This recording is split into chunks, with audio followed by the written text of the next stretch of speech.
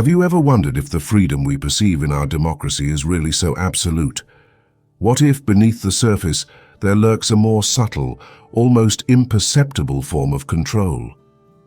Today we'll explore a provocative idea rooted in ancient Greece. Prepare to question your certainties. We'll show you how the insights of Plato, a philosopher who lived over 2,000 years ago, can illuminate the dynamics of our contemporary world. It's not just ancient history, it's a lens for understanding the present. Plato, one of the greatest thinkers of all time, was not a fan of democracy. Indeed, he considered it one of the worst forms of government, destined to degenerate. For him, democracy was a step toward tyranny. This statement may seem shocking, especially to those of us who live in societies that call themselves democratic. But Plato had his reasons, profound and complex. Reasons that surprisingly still resonate today. To understand his critique, we must first understand what Plato considered an ideal government. In his work, The Republic, he describes a utopian society governed by reason and justice. It was not a democratic model. Plato envisioned a society divided into three classes: the philosopher kings, the warriors, and the workers. Each class had a specific role, and justice was achieved when each performed their duties to the best of their ability. The philosopher kings, the wisest, would lead the state. This hierarchical structure was based on the idea that only a few individuals, endowed with profound knowledge and virtue, were capable of governing wisely. The masses, according to Plato, were too easily influenced by passions and ignorance. Plato saw democracy as a system where freedom degenerates into license. Everyone is equal, everyone has the right to speak, but this leads to chaos and a lack of direction. Democracy for him was the rule of the ignorant masses. In a democracy, demagogues, skilled orators but lacking true wisdom, can easily manipulate public opinion. They promise what people want to hear, not what is right or beneficial to the state. This leads to irrational decisions. The pursuit of pleasure and equality at all costs, according to Plato, erodes authority and discipline. Citizens become slaves to their desires, and the state loses its cohesion. Democracy, therefore, self-destructs. Plato describes a cycle of degeneration of forms of government, from monarchy to aristocracy, then to oligarchy, to democracy, and finally to tyranny. Each form contains the seeds of its own destruction. Democracy, with its emphasis on unlimited freedom, creates a vacuum of authority. When people tire of disorder and uncertainty, they seek a strong leader. This leader, often a demagogue, turns into a tyrant. The tyrant promises order and security, but once in power he suppresses all freedom. Thus democracy, born from the pursuit of freedom, paradoxically ends up generating its most extreme antithesis: tyranny. But what does all this have to do with the gentle dictatorship in modern democracy? Plato didn't use this expression, but his ideas help us understand it. A gentle dictatorship isn't made up of tanks and secret police. It's a more subtle form of control, exercised through social, economic, and cultural mechanisms. It's a form of power that isn't imposed by brute force, but by the consent, often unconscious, of the citizens themselves.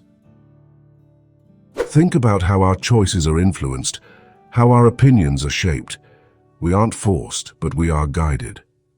This is the nature of gentle dictatorship, control masquerading as freedom. Today, information is power. But in an era of information overload, distinguishing truth from falsehood is a huge challenge. Social media and mass media can shape reality at will. Fake news, algorithms that show us only what we want to see, filter bubbles. All of this creates a distorted reality. Our opinions aren't always the result of critical analysis, but often the result of selective exposure. This is a clear example of how the gentle dictatorship operates. We aren't prevented from speaking, but our voices can be drowned out or manipulated. Freedom of expression becomes an illusion when the truth is obscured. Another pillar of the gentle dictatorship is consumerism. We're offered a vast array of products and services, and we believe we're free to choose. But this freedom is often limited to what the market offers us. We are constantly bombarded by advertising that creates artificial needs. Our identity is often tied to what we own or consume. This makes us dependent on a system that pushes us to always desire more. Choosing between dozens of coffee brands isn't true freedom if our lives are entirely focused on purchasing and owning. It's a superficial freedom that distracts from deeper issues. Plato feared the ignorant masses. Today we might speak of the tyranny of the majority.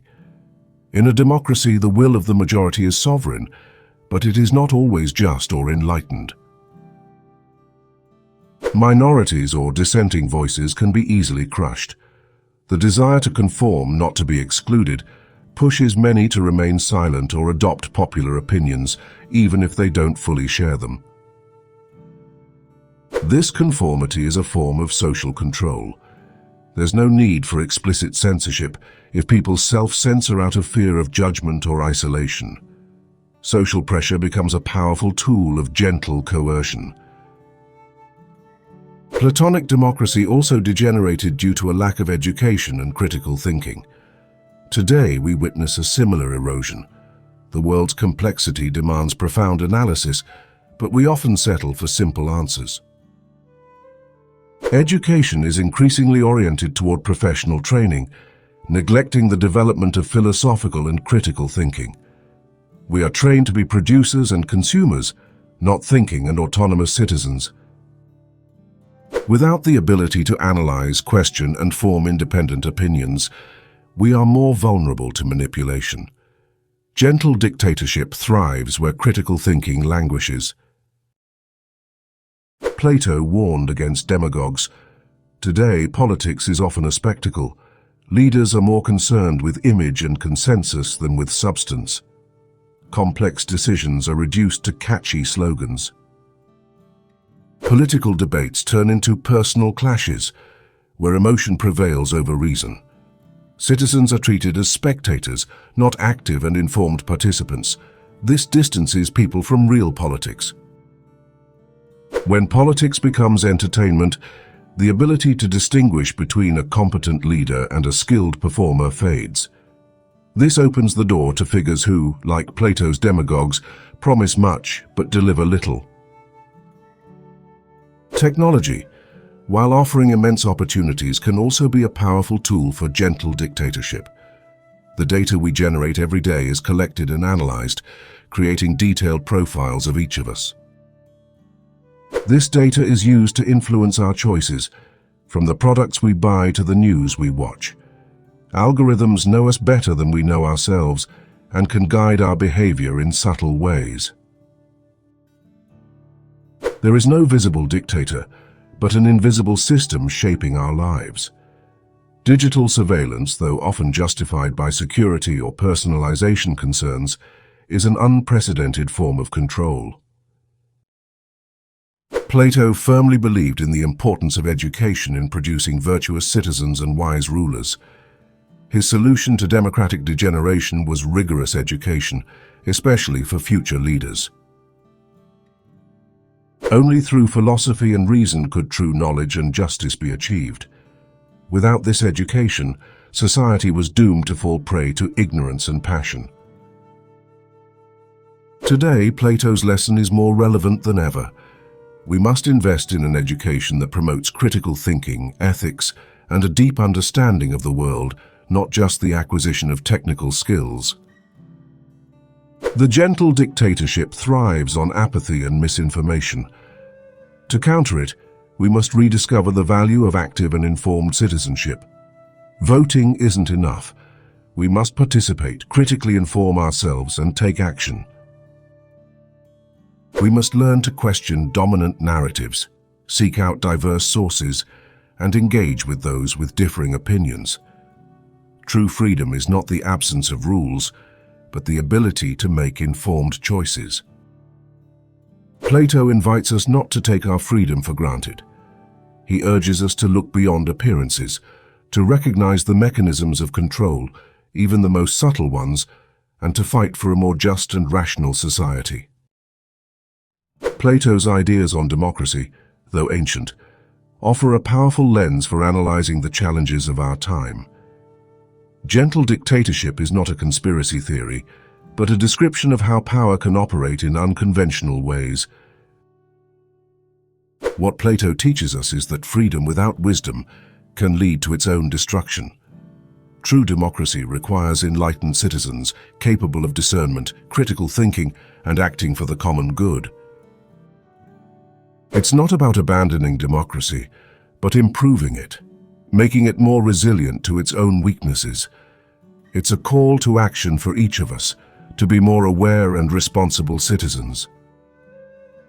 If this video has made you think, if it has sparked doubt and curiosity within you, then we have achieved our goal.